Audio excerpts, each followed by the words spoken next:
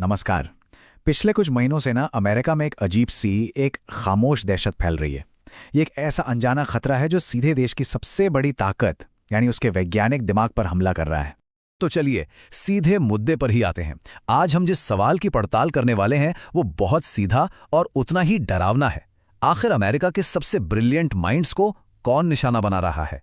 ये जो नंबर आप देख रहे हैं ये सिर्फ एक संख्या नहीं है, ये एक चेतावनी है। अब तक अमेरिका के 12 टॉप न्यूक्लियर, मिलिट्री और स्पेस साइंटिस्ट्स या तो रहस्यमय तरीके से मरे हुए पाए गए हैं या फिर वो बस लापता हो गए हैं। और हाँ, ये समझना बहुत जरूरी है कि ये कोई आम रिसर्चर्स नहीं थे। ये वो लोग थे जो अमेरिका के सबसे ज्यादा सेंसिटिव और एडवांस डिफेंस प्रोजेक्ट्स की रीढ़ की हड्डी थे। देखिए, ये कोई ऑनलाइन कॉन्स्पिरेसी थ्योरी नहीं है।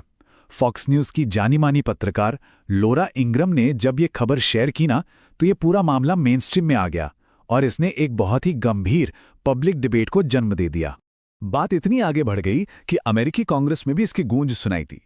एक कांग्रेसी ने तो पब्लिकली चिंता जताते हुए कहा कि ये पैटर्न बेहद संदिग्ध है और हमारे पास प्रतिभाशाली अमेरिकियों की एक ऐसी लिस्ट है जो लगातार लंबी होती जा रही है। लेकिन कहानी यहां और भी ज्यादा पेचीदा हो जाती है, क्योंकि ये सिर्फ अमेरिका की बात नहीं है। ऐसा लग रहा है कि ये एक बहुत बड़े ग्लोबल पैटर्न का हिस्सा है। ठीक उसी वक्त जब अमेरिका में इन वैज्ञानिकों की मौतों की खबरें आ रही थीं, चीन से भी हूबहू वैसी ही परेशान करने वाली खबरें आने लगी और इसने इस पूरे रहस्य को और भी गहरा कर दिया। जरा इस तुलना को देखिए। दोनों सुपर पावर्स में एक जैसा पैटर्न दिख रहा है, लेकिन तरीकों में मामूली सा फर्क है। अमेरिका में 2023 से मामले तेजी से बढ़े हैं और निशाना कौन है? न्यूक्लियर और स्पेस साइंटिस्ट्स। इनकी मौतें या तो बिल्कुल अस्पष्ट हैं या फिर ये लोग बस गायब हो गए हैं।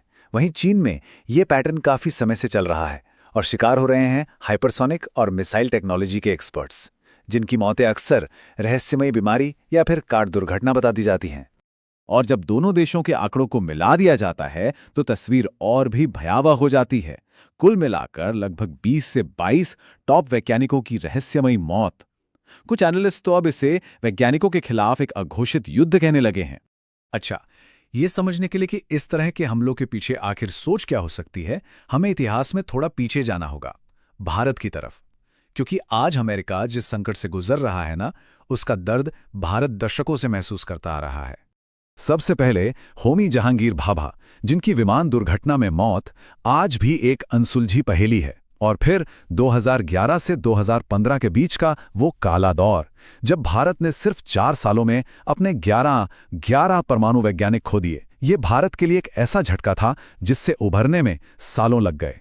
तो सवाल ये उठता है कि आखिर इन वैज्ञानिकों की मौत किसी भी देश के लिए इतनी विनाशकारी क्यों होती है?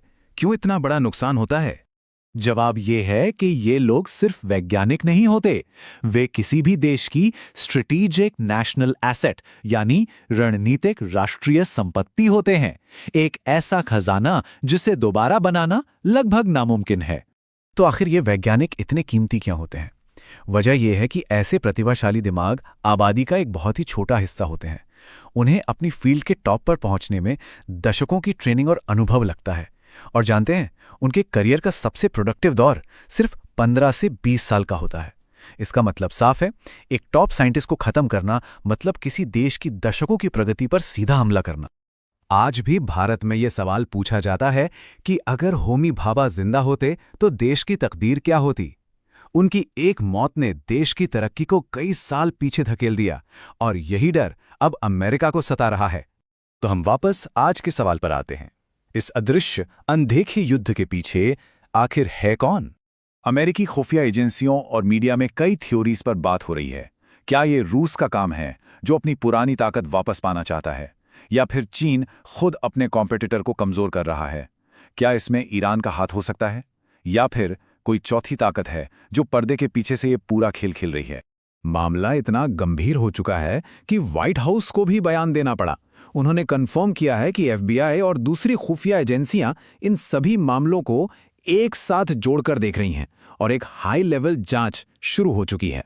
इस जांच का नतीजा चाहे जो भी हो, वो दुनिया की जियोपॉलिटिक्स को हमेशा के लिए बदल सकता है।